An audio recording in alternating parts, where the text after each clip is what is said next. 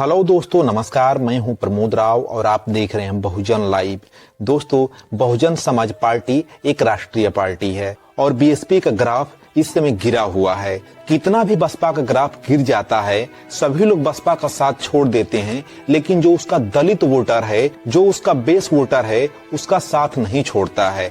ऐसी क्या बात है, उसी की जानकारी लेकर के आज की वीडियो में आया हूं। तो सम्मानित साथियों, 5 ऐसे कारण हैं जिसकी वजह से बहुजन समाज पार्टी का दलित वोटर बसपा का साथ नहीं छोड़ता है। वीडियो शुरू करने से पहले अगर आप हमारे यूट्यूब चैनल से नए जुड़े हैं तो चैनल को जरूर सब्सक्राइब कर लीजिएगा, वीडियो को लाइक कर दीजिएगा, साथ ही बेल आइकन की घंटी को भी दबा दीजिएगा, जिससे हमारे वीडियो की नोटिफिकेशन सबसे पहले आपको मिल सके।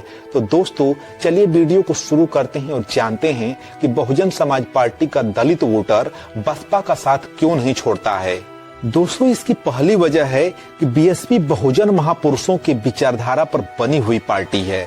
अगर बहुजन समाज पार्टी नहीं आई होती तो अब तक जितने भी बहुजन महापुरुष थे उनके विचारों की हत्या हो गई होती और उनके इतिहास को दबा दिया गया होता। जो बहुजन महापुरुषों का विचार था, जो बहुजन महापुरुषों का इतिहास था, जो उनका संघर्ष था, इस देश के बहुजनों के सामने नहीं आ पाता। इतना ही नहीं, लोग यह भी नहीं जान पाते कि भारत का संविधान किसने लिखा है। एक षड्यंत्र के तहत बाबा साहब के इतिहास को भी पूरे तरीके से खत्म कर दिया गया होता।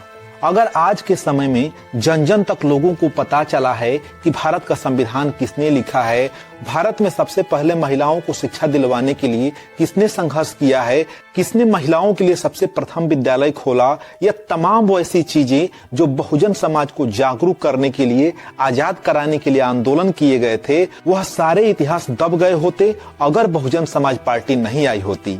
दोस्तों, इस देश के दलितों का बीएसपी से साथ न छोड़ने का जो दूसरा कारण है, वह कारण है कि भारत की जितनी भी पार्टियां हैं, कोई भी पार्टी बहुजन महापुरुषों की बात नहीं करती है, बहुजन विचारधारा की बात नहीं करती है, मनुवाद के खिलाफ नहीं बोलती है, ब्राह्मणवाद का विरोध नहीं करती है, अंधविश्वास और पाखंड का खुलकर विरोध नहीं करती है। अपने राजनीतिक रोटी सेकने के लिए मनुवादियों के सामने अपनी पूंछ हिलाती है, लेकिन इस देश के बहुजनों की बात नहीं करती है। अगर इस देश में बहुजन महापुरुषों और उनकी विचारधारा की कोई बात करता है तो वह बहुजन समाज पार्टी बात करती है। दोस्तों, दलित समुदाय के लोगों के द्वारा बीएसपी को न छोड़े जाने का जो तीसरा कारण है, वह है कि एससी एसटी ओबीसी की पहचान सिर्फ एक वोटर के रूप में थी, लेकिन जैसे ही बहुजन समाज पार्टी आई, वैसे ही इस देश के एससी एसटी ओबीसी की पहचान बहुजन के रूप में होने लगी, 85% के रूप में होने लगी, मूल निवासी के रूप में होने लगी,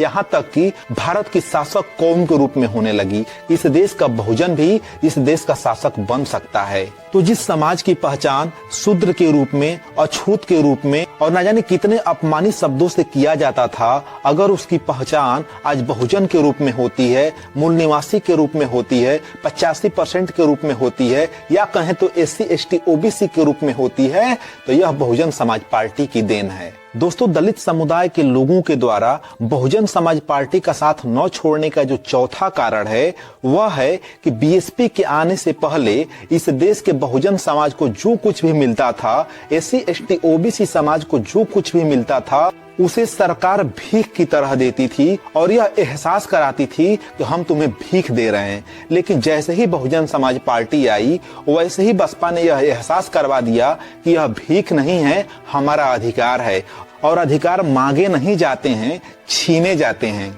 जिस समय लोग गांव की प्रधानी नहीं लड़ पाते थे, गांव की प्रधानी नहीं जीत पाते थे, एक दलित समुदाय के व्यक्ति को प्रधान बना करके उसको मिले अधिकारों का प्रयोग इस देश का मनुवादी करता था। इतना ही नहीं, उसकी कलम और मुहर भी अपने पास रखता था।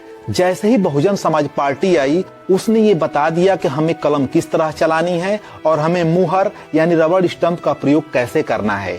और जिन लोगों को यह एहसास नहीं हो पाता था कि मैं प्रधान हूँ, मुखिया हूँ, सरपंच हूँ या ग्राम पंचायत का कोई मेंबर हूँ, उस समाज की आयरन लेडी बहन कुमारी मायावती जी उत्तर प्रदेश जैसे बड़े राज्य की मुख्यमंत्री बनके यह एहसास करा दिया कि हम गुलाम नहीं हैं, हम शासक हैं, और किस तरह से शासन किया जाता है उसका लोहा आज भी दुनिया मानती है। दोस्तों, दलित समुदाय के लोगों के द्वारा बहुजन समाज पार्टी को न छोड़ने का जो पांचवा कारण है, वह कारण है विचारधारा। दोस्तों, भले ही SC ST OBC समाज के MP MLA चाहे कांग्रेस पार्टी के हों चाहे बीजेपी पार्टी के हों, वह उस पार्टी में रह करके जय भीम नहीं बोल पाते हैं। जिस बाबा साहब ने भारत का संविधान लिखा, समस्त बहुजनों को तमाम प्रकार के अधिकार दिए, जानवरों से भी बदतर जीवन जी रहे बहुजनों को मनुष्य जैसा जीवन जीने का अधिकार दिया, उस बाबा साहब के नाम पर इन मनुवादी पार्टियों में शामिल SC ST OBC समाज के विधायक और सांसद बाबा साहब के नाम पर जय भीम नहीं बोलते हैं। लेकिन वहीं पर बहुजन समाज पार्टी में शामिल चाहे किसी भी समाज का व्यक्ति हो, वह जय भीम बोलता है। इसीलिए बहुजन समाज पार्टी के नेता और कार्यकर्ता कहते भी हैं कि बसपा राजनीतिक पार्टी बाद में है, पहले एक सामाजिक संगठन है। हमारी पार्टी, हमारा दल किसी के ऊपर जुल्म करने में विश्वास नहीं रखता है, बल्कि एक जुल्म करने वाले व्यक्ति की विचारधारा बदल देने में विश्वास रखता है। ऐसी विचारधारा बना दो कि वह जुल्म करना छोड़ दे। आज भले ही बसपा की स्थिति चाहे जैसी भी हो, लेकिन जो बसपा का वोटर है, जो बसपा का सपोर्टर है, वह बसपा का साथ किसी भी कीमत पर छोड़ने के लिए तैयार नहीं रहता है, क्योंकि यह पार्टी बहुजन विचारधारा पर आधारित पार्टी है। तो दोस्तों, आज की यह जानकारी आप लोगों को कैसी लगी, कमेंट बॉक्स में कमेंट करके जरूर बताइएगा। वीडियो देखने के लिए आप सभी का बहुत बहुत धन्यवाद, बहुत बहुत आभार।